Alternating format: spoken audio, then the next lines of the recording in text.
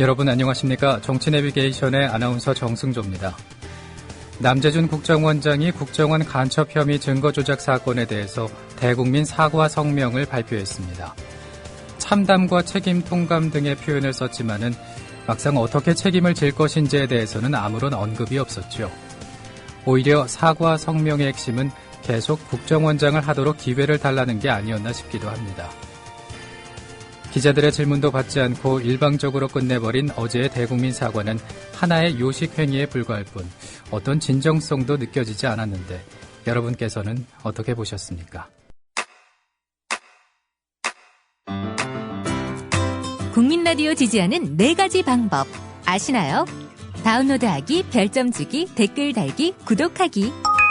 국민 라디오를 보다 많은 이들에게 전할 수 있는 가장 손쉬운 방법. 다운로드하기, 별점 주기, 댓글 달기, 구독하기. 잊지 마세요. 다운로드하기, 별점 주기, 댓글 달기, 구독하기.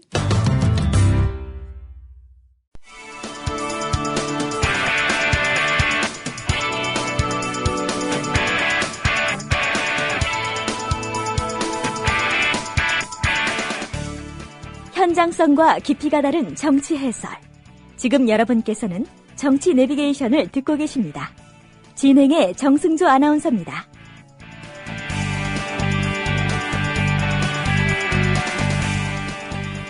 계속해서 정가 레이더 시간입니다. 이강윤 정치평론가 전화 연결되어 있습니다.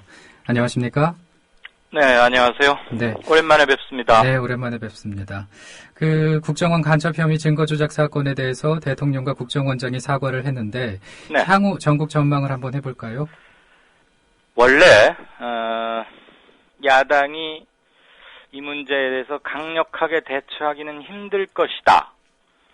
왜냐하면 6.4 지방선거가 불과 50일이 채 안 남았는데 지금 정당 공천하느냐 마느냐로 내홍을 앓다가 재정비를 하고 막 선거 채비에 돌입, 아직 사실 공천도 못하고 있지 않습니까? 네. 그랬는데 증거조작 사건에 대해서 국정원 2차장, 서천호 2차장의 사표만 받는 선에서 청와대가 끝내려 하는 것이 포착이 되고 이거에 대한 민심 악화가 감지가 되니까 이 문제를 간단히 넘겨서는 이번 선거가 힘들겠다. 국기문란에 증거조작 이건 사실 심각한 거죠. 그래서 아마 야권은 특검 및 대대적인 공세를 통해서 지지층의 재결집 및 6.4 지방선거에 대한 이슈화까지도 노릴 수 있는 충분한 게 있고요. 그렇게 나오면 당연히 여권은 방어적인 자세로 돌아가겠죠. 그러면서 지방선거에 지금 관통하는 커다란 이슈, 일테면 4년 전에 무상급식 같은 거 그런 게 없는데 이것으로 전선을 만들어 보려는 시도가 충분히 이루어질 겁니다. 그럴 가능성은 높다고 보고요. 그렇다고 보면 지방선거의 기류 변화 가능성이 상당히 앞으로 점층적으로 커질 것 같다. 야권은 여기에서 결기를 보임으로써 뭔가 각을 세우고 존재 이유 이런 것을 강조하려고 나올 겁니다. 즉 향후 전국은 상당히 얼어붙을 가능성이 높다. 특검 도입을 놓고 말이죠. 네. 여론의 향배가 핵심이지 않을까 싶은데 그럼 그 과정에서 야당의 역할은 뭐라고 보십니까?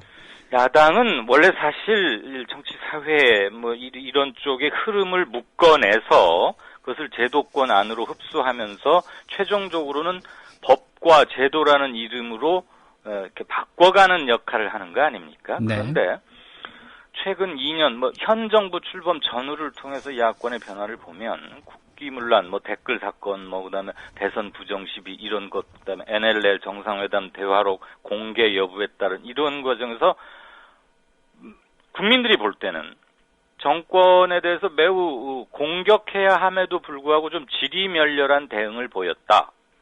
저질러진 일에 비해서 야권의 대응은 좀 무기력하거나 효과적이지 못했다라는 여론이 상당히 많죠. 특히 정권의 비판적인 계층 안에서는 말이죠. 네. 그래서 여지껏의 실수를 되풀이하지 않는 게 일단 굉장히 중요하다고 보고요. 그렇지만 현실 정치권에 있는 사람들이 활동가나 좀 그거보다 훨씬 정치권 인사들보다는 급진적인 사람들의 견해를 항상 제대로 반영해내는 것은 드물었죠. 제도 정치권의 한계일 수도 있는데 지금은 민심의 이반 정도가 좀 위험한 수위에 이르렀다. 그러니까 현실 인식을 하는 게 대단히 중요하고요. 문제는 이것을 어떠한 식으로, 그러니까 수적으로는 적지만 국회 선진화법이나 뭐 이런 강력한 무기를 갖고 있기 때문에 국민들의 정서를 효과적으로 반영한다. 중요한 것은 약 50일 후에 치러질 6.4 선거까지가 1차 분수령이 되기 때문에 그 과정에서 제야단체나 시민 세력은 야당에게 충분히 압력을 행사할 수 있을 것이고요. 야당이 그것을 얼마나 효과적으로 수용하느냐에 따라서 향후 전국의 주도권 또는 선거의 결과에도 영향을 미칠 수 있습니다. 네. 혹시 어제 대통령 사과문 보셨습니까? 네네. 네, 어떤 점이 특이하거나 의미 있다고 생각을 하시나요? 저는 의미 있다기보다는 좀 특이하다는 표현을 택하고 싶네요. 두 가지 점이었는데요. 먼저 이렇게 대통령이 언급했죠. 관행적으로 이루어져 온 수사 관행 송구하게 생각한다. 예. 저는 이 문구가 왜 들어갔는지 조금 의아했어요. 일테면 그동안에 요번 것뿐만이 아니고 이전에도 이런 식의 수사 관행, 즉 필요하다면 증거를 조작할 수도 있는, 그것을 지금 수사 관행이라고 두루뭉실하게 포괄적으로 표현을 했는데 예. 특히 요번 한 건에 대해서만 한 게 아니고 관행적으로 이루어져 온 이란 말은 이번 건 이외에도 유사한 게 있었다는 거 아닙니까? 그것을 자인하는 건데 그런 문구를 왜 넣었는지, 그 다음에 이것 때문에 또 국민적 반감이나 의혹은 증폭될 수 있겠죠. 두 번째, 또다시 이런 일이 생기면 엄중하게 책임 묻겠다. 즉 이 말은 이번에는 이 정도 선에서 그냥 넘어가겠다. 그러니까 국정원장을 바꾸거나 책임을 묻지는 않겠다. 대북 담당인 2차장의 사표를 수리하는 선으로 가겠다는 거 아니겠어요? 예. 이것은 남재준 현 원장에 대한 확실한 신임을 이렇게 에둘른 문법으로 밝힌 것이기도 하죠. 그래서 상당히 정치적 논란을 일으킬 수 있는 두 가지 것을 명확히 적시하고 넘어갔다는 점에서는 청와대의 기류도 상당하구나. 더 이상은 물러서지 않겠다는 것을 천명한 게 아닌가. 그런 점에서 좀 특이하다, 이렇게 의아하다, 이렇게 의미부여를 저는 합니다. 네. 그 국정원장 사과 방식에도 문제 제기가 나왔잖아요. 그랬죠. 지금 제일 큰, 이런 표현 하지만 제일 크게 대형 사고를 친 것 아닙니까? 네. 국정원이. 그곳의 수장이고. 그런데 단 2분 30초? 3분이 채 안 됐잖아요? 질문 그런 것 일체 없이. 게다가 일부 직원들의 문제로 끝내버렸어요. 그러니까 나는 전혀 모른다 이거죠. 그 말은 직원들의 업무에 대한 관리 감독이 참 이 정도밖에 안 된다는 자인이기도 하거든요. 예. 또 하나, 이른바 블랙 요원이 이번에 공개되지 않았습니까? 김 사장이라는 별칭으로 불렸던 사람. 예. 그리고 현지에서 북한 출신이나 현지 조선족 또는 중국 사람들과의 관계망 이런 것들이 상당히 드러났는데 이거는 정보기관으로서는 사실 치명적이죠.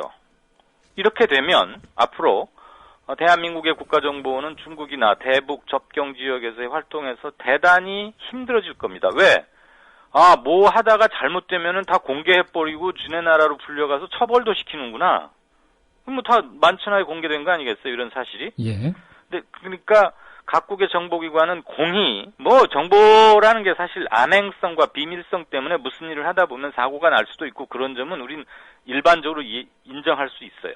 그런데 최후의 순간에도 블랙 요원들은 끝까지 보호하는 게 기본이자 불문율이자 철칙인데 블랙 요원이 공개된 거에 대한 언급이나 사과조차 없었다. 그래서 과연 정보기관의 수장이 맞는가 이런 지적이 안팎 국내외에서 충분히 나올 수 있는 상황이고 일부 나오고 있습니다. 네. 자신이 총괄적 책임이라는 상징적인 그리고 수장다운 그런 상징적 면모조차 없었다는 점에서 육군 대장 출신이 저러느냐 이런 말을 한 사람도 있더군요. 일부 야당 의원에서는. 네. 아무튼 어제 말이 많았습니다. 네.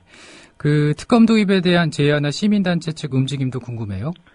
두 가지 곳이 대표적입니다. 우선 민변. 이번 이 사건 밝히는 데서 굉장히 혁혁한 역할을 했죠. 네. 민변에서는 검찰은 국가보안법상 특수직무유기에 해당한다. 그러니까 특검해야 된다. 이렇게 아주 간단하고도 명료하게 입장을 밝혔고요. 민교협에서도 특검 도입해라라고 거들면서 성명을 냈습니다. 이와 유사한 성명들은 오늘 내일 계속 잇따를 것으로 보입니다. 네. 그런가 하면 여당에서는 도를 넘은 국정원 감싸기가 여론의 따가운 지적을 받았죠? 네. 세상이나 사물을 보는 철학, 생각이 다른 사람들이 어울려가는 곳이 세상이긴 하지만 이렇게 생각하는 사람도 있구나라고 그런 건데 아침에 좀 미처 신문을 못 보시거나 얘기 못 들으신 분은 한 2명 정도의 여권 인사의 얘기만 제가 전해드리는 것으로 끝내겠습니다. 네. 여권에서 공부도 잘한 검사 출신의 인물도 좋다고 그래서 뭐 참 유명한 모양이던데 김진태 의원이라고 있어요. 강원도 춘천 출신에. 이렇게 얘기했네요. 그렇게 큰 문제가 아닌데 애당초 검찰이 무리하게 수사했다. 네. 참고로 김진태 의원은 지난 연초든가요? 대통령이 유럽 시위 때 같이 따라갔다가 네. 프랑스 파리 에펠탑 아래 거의 뭐 상징적인 장소잖아요. 네. 거기 교민들이 이렇게 이제 피켓 펼침막이라 그러나요? 그거 들고 시위를 했어요. 네. 부정선거 당선한 대통령 뭐 이런 내용이었죠. 그걸 보고서 저 교민들 누군지 찾아내가지고 가만두지 않겠다. 이렇게 트위터 날렸던 장본인입니다. 그렇죠. 네. 국회의원 참 대단한 모양이에요. 다음 국정원 출신의 이철우 의원이라고 있습니다. 물론 새누리당입니다. 이렇게 말했습니다. 국정원장이 직접 신문한 건 아니니까 사퇴할 이유 없다. 하하.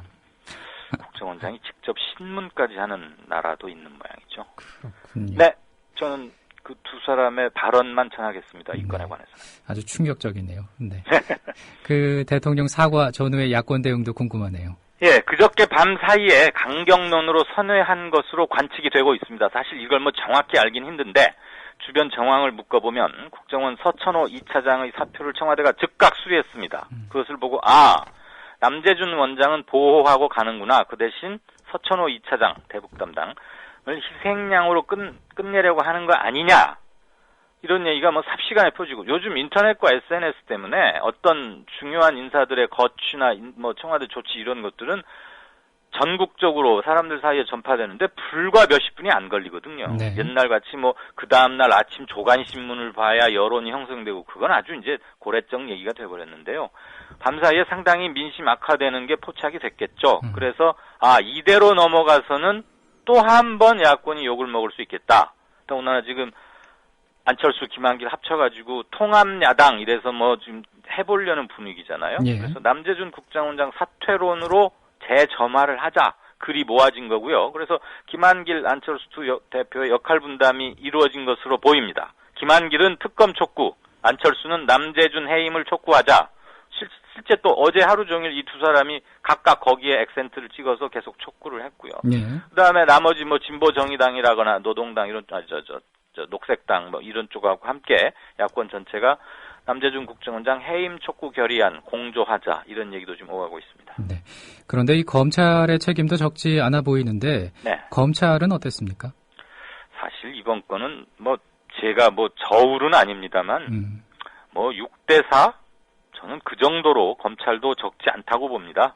국정원이 이제 최초 1차 책임을 갖고 있지만 검찰이라는 거 원래 두 가지 일이거든요. 첫째, 일선 수사를 담당하는 경찰이 수사를 잘 했느냐, 인권 이런 거. 둘째, 가져온 증거가 적법하게 된 거냐, 증거 효력이 있느냐 이런 거 꼼꼼히 따지는 겁니다. 네. 그 두 가지를 가지고 경찰을 지휘하고 기소를 독점하는, 기소 유지의 책임을 지고 있는 게 한국 검찰의 위상이자 존재이자 의무인데, 검사들 실질적으로 보면은 이번에 국정원을 위해서 재판부를 속이는 짓을 서슴지 않았던 게 확인이 됐잖아요. 네. 위조된 걸 알면서도 계속 제출을 했고 항변을 했고 또 다른 다른 팩스 가져와봐 실질적으로 이렇게 왔다 갔다 한 건 방증 자료가 나오고 하는데 그런 검사들에 대해서 일체 책임 안 묻고 그냥 우리는 국정원이 주는 대로만 했다 몰랐다 이랬고 그다음에 황교안 법무장관은 그냥 유감스럽다는 사과성 멘트로 어물쩍 넘어갔어요. 예. 사실 이게 사과성 멘트로 할 일인지 저는 그 점에서는 검찰은 이렇게 추상 같고 국민 앞에서는 늘 센데 또 결정적인 데서는 이러지 않아요. 그래서 지금 법조계 주변에서는 무슨 얘기들이 나오냐면 민변 원래 이거 사적인 단체거든요. 민변이 워낙 우리나라에서 중요한 일이 있을 때마다 하는 일이 커서 그렇지 그냥 변호사회라는 공식 단체도 아니에요. 근데 민변 조직보다도 검찰이 못하다. 이런 비판 강하게 제기되고 있습니다. 예. 치욕스럽게 알아들어야 하는데 검찰이 그럴지 좀 걱정스럽긴 합니다. 네. 그리고 이 박근혜 대통령이 남재준 국정원장을 재신임한 게 실제로는 여권 내부의 세력 균형을 염두에 둔 것이다. 이런 해석도 있더라고요. 네, 이건 어디까지나 해석입니다. 정치권에서는 팩트로 확인이 안 되는, 왜 둘이 모여서 속닥속닥 하는 건 제대로 알아내기 힘들잖아요. 네.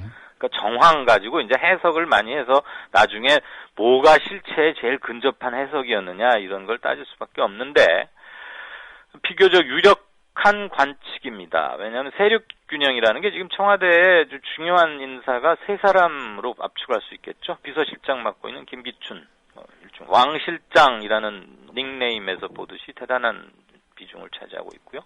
NSC를 총괄하고 있는 국가안보, 외교안보 맡고 있는 김장수, 노무현 정부 때 장관도 했었죠. 실장. 그다음에 국정원장 남재준.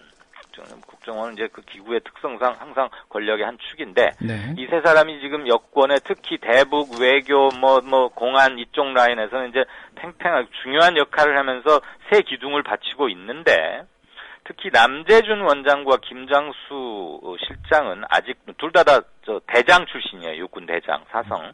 짧게 부탁드립니다. 네네. 이 사람들이 아직도 군에 좀 영향력을 갖고 있는 거고, 어느 한쪽을 몰락시켰을 경우에 어느 한쪽이 커진다. 이런 관측이 충분히 가능하고요. 어제 김기춘 비서실장이 NSC 상임위원을 된 것을 두고도 김장수나 남재준을 견제하는 거 아니냐. 그 다음에 만약에 이번 6월 선거와 730 재보선에서 여권이 질 경우에 남재준 원장 경질 국면으로 갈 수도 있는데, 네, 그것에 오늘 여기까지 대비하기 위한 것이다. 듣겠습니다. 고맙습니다. 고맙습니다. 네, 내일 뵙겠습니다. 고맙습니다.